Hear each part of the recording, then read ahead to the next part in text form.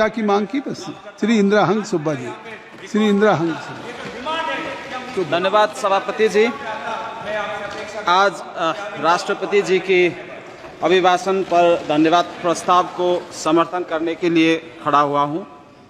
सिक्किम के ओर से सारे नवनिर्वाचित सदस्यों को हम बधाई देते हैं और सबसे पहले तो सिक्किम के जितने भी वोटर्स हैं, हम हृदय से उनका धन्यवाद करते हैं कि उन्होंने फिर एक बार इस सदन में सिक्किम और सिक्किम की जनता का बात को आगे रिप्रेजेंट करने के लिए मौका दिया है।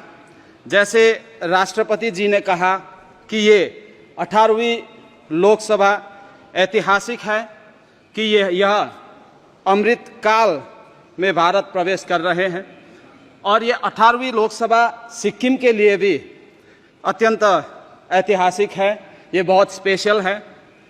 2025 साल में सिक्किम इस भारत का अभिन्न अंग एक 22nd स्टेट के रूप में रहा 50 साल पूरा हो रहा है और हम एसकेएम पार्टी और हमारे सरकार इस स्वर्ण जयंती के अवसर पर हमारे राज्य सिक्किम को स्वर्णिम और समृद्ध बनाने की कमिटमेंट लेके आगे बढ़ रहे हैं।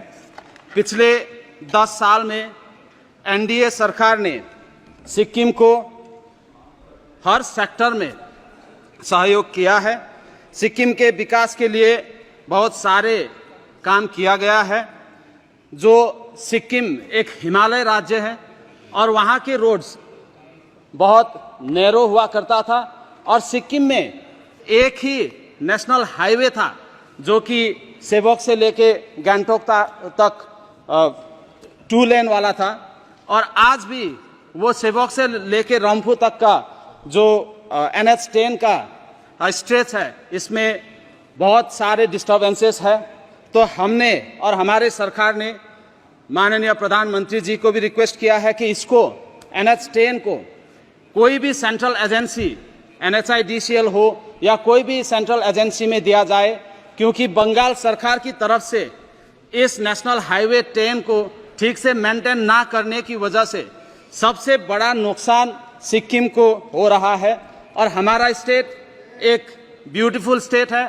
आप सब कहीं हम सदस्यों ने सिक्किम में टूरिज्म और घूमने के लिए आए होंगे और लास्ट 10 इयर्स में तो एनडीए सरकार बनने के बाद हमारे मंत्री लोग हर एक 3 महीने में, हर एक महीने में सिक्किम आ रहे हैं और सिक्किम एक बहुत ही पीसफुल स्टेट है। जिन पीसफुल स्टेट को हम इसको मेंटेन करने के लिए सिक्किम सरकार ने हर काम किया है।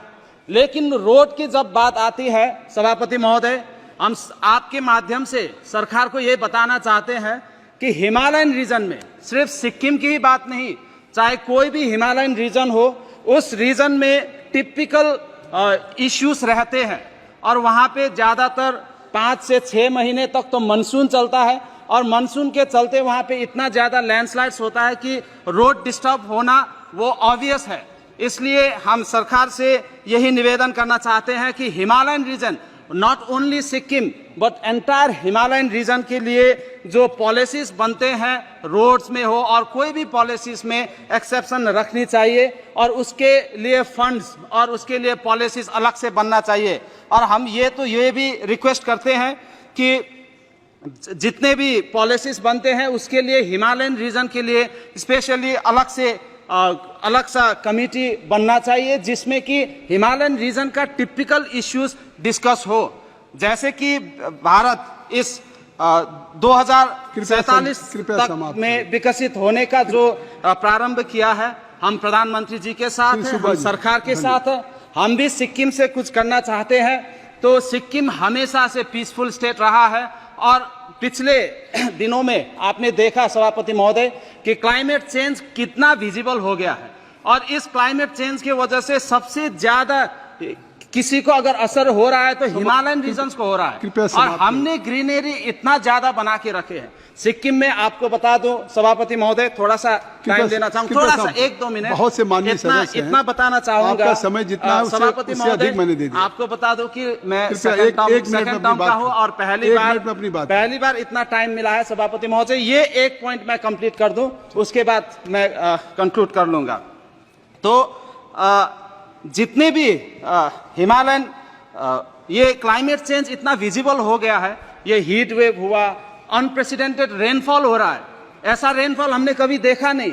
और सिक्किम में लास्ट ईयर इतना बड़ा फ्लड हुआ जिसका हमें एक्सपेक्टेशन था ही नहीं, और इसका रिपोर्ट हम पूरा बना के सरकार को दे भी चुके हैं और एनडीए सरकार हमें पूरा सहयोग कर रहे हैं इसमें। धन्यवाद। तो हम बहुत बहुत इतना चाहते हैं कि सिक्किम के लिए भी और हिमालयन रीजन के लिए अलग सा पॉलिसी बनाने का, डिस्कशन बनाने का एक कमेटी बनाया जाए, जिस कमेटी में हमारा टिपिकल इश्यूज हो और इस डिलिमिटेशन के साथ हमारे वुमेन एम्पावरमेंट को भी आगे बढ़ाया जाए। इसी के साथ मैं राष्ट्रपति जी का अभिभाषण का पूर्ण समर्थन करता हूं। Thank you so much. Shrimati Lovely Anand.